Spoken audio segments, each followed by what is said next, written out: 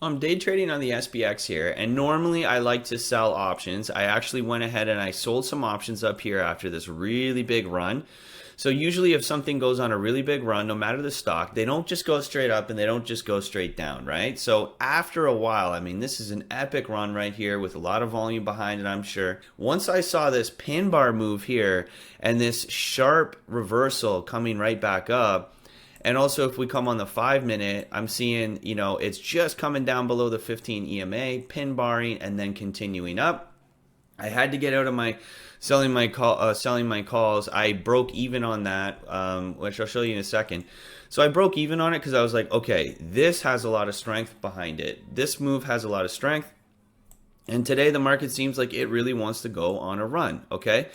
So I then reversed around. And we can see here, I'm currently up 370 on the trade. So you can see here, I had these calls that I sold, and then I just broke even on them. I'm not lying to you. That deserves a like. I'm very truthful with my trades. If I lose, I even tell you. I have videos on me losing. So I'm up 370 here, right?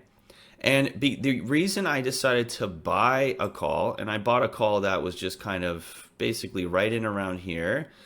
You can see I have this position. I bought the 45.05, and that's because it was just outside the money. So I didn't want to spend too much money on it and get something all the way up here that's in the money. I mean, it might have been better because when you're in the money, then you're gonna have a higher delta, and that means that when the price of the stock or the price whatever the underlying is that you have, it's going to move quicker. So for every dollar that it moves, this option is going to go up 75 cents. Whereas the one that I have is only going to go up 50 cents right now. As it moves closer into the money, then it will accelerate itself, right? A little lesson for you in buying options. But essentially, I bought this one. I waited for a bit. I kind of chilled out. If we go on the 1 minute, I bought it after I saw this really hard move. I get out, I close my position, and then I kind of wait, and I bought right in around here on one. And then I stayed patient and waited for this drop down here, and I bought another. So I have two contracts right now. I just kind of averaged them out on this green line here so you can see visually where I actually bought in. And I was hoping for a breakout above this previous high here that we clearly had, and we got exactly that. Now, with this really good push here and these really big candles pushing up through, I'm hoping that we can get some continuation. But it looks like, this market is kind of crazy. So, I mean, who knows? But, I mean, it looks like we're dropping down pretty sharply. So maybe it won't work out for me too well. But what you want to see is these really big candles in this really big push.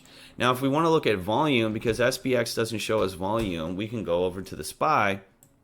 And we can see here that we had some really great volume push here and a decent volume push here as well when we came down, we pin barred. So I'm just kind of following the volume. I like to follow the volume on the 1 minute and just kind of see like, okay, and what I really want to see is all of this volume build up here and all this volume build up here as we continue. So it's kind of up to me now to just stay patient and see how far are we going to push here. What I'm really liking about this is the 15-minute chart. And say what you want about the Bollinger Band, but man, a lot of the time, the Bollinger Band is a very good guide for what price might actually do. If the price gets outside of the Bollinger Band, a lot of the times it wants to come back in. And then a lot of the times I see if we have this big guide up here and the price and the Bollinger Band has a bit more room to it, it's amazing how many times the price acts like a magnet and wants to get up to this area. So that would be the goal for me on this trade, to try to push up on the 15-minute and get up over to this area kind of to finish out the day.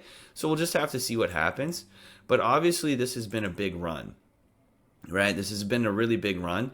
And the reason I kind of thought, you know what, let me buy some options this time is because we didn't even get close to that 15 EMA and it just had this big green bar right here with a nice big push. So I thought, you know what?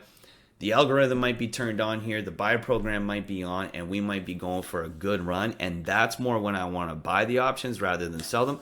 Because if we have that good, quick, nice, fast movement, then buying options is going to make you a lot more than selling them. And if we kind of have that range bound, kind of slower day type of thing, then selling the options is going to be a big benefit for you. So let me pause it right here and we'll kind of see what happens as it goes along. We'll see what kind of profit I can make, or if it turns against me and I end up losing, I'll come back as well and show you that. Okay, so as you can see here, it had a nice break up. chilled out for a minute during lunch, and then we actually ended up taking off, which is really great. And so I'm currently up $490 on the trade. Hopefully we can get a little more of a push. I think for me personally, I'm going to take off one of them because I don't want to be too greedy here. So I'm going to take off one. So I just sell that one. Hopefully I can get it sold. The good thing with the SPX is it's pretty liquid, so it's pretty decent to get things sold off. But we can see we're cratering a little bit here, so we'll kind of see. There you go. I got one. So I'm at 470 on the day, and then it looks like we'll see what happens. We still have some more to go. I'm up 250 on this current trade. So what we really need now is a continuation. And we look over at the 15-minute here, and like I said before with the Bollinger Band, right? It's a really good guide and a good magnet. So what I really would want to see is like a really nice push here to kind of finish the day off and kind of really come up to that 417, 420 area. That would be the best type of trade, and that would be kind of a signal of, you know, this is a really hard day and a really good push day, which is when you want to buy the options. But I just figured I'd come back on and kind of show you, you know, stayed patient with it, waited, and, you know, through all this here, and we have a nice push. I sell off one. Obviously, it would be better to sell it up here, but I wanted to kind of see, okay, how do we go off the 15 EMA here? We've come down below, so I'm just going to take one off, and I'll let the other one ride to see what happens. And, you know, currently up 430 on the day, so we'll see. I'm going to just edit in here what it is that I actually did so that I'm not wasting too much more of your time, so you can see kind of how the chart ended on the day and how much profit I made. I thank you very much for sticking around this long. If you don't mind, please like and subscribe to kind of keep me going here, push me, motivate me, show me that what I'm doing for you is actually worthwhile and you benefit from. And thanks for sticking around. I'll catch you on the next one.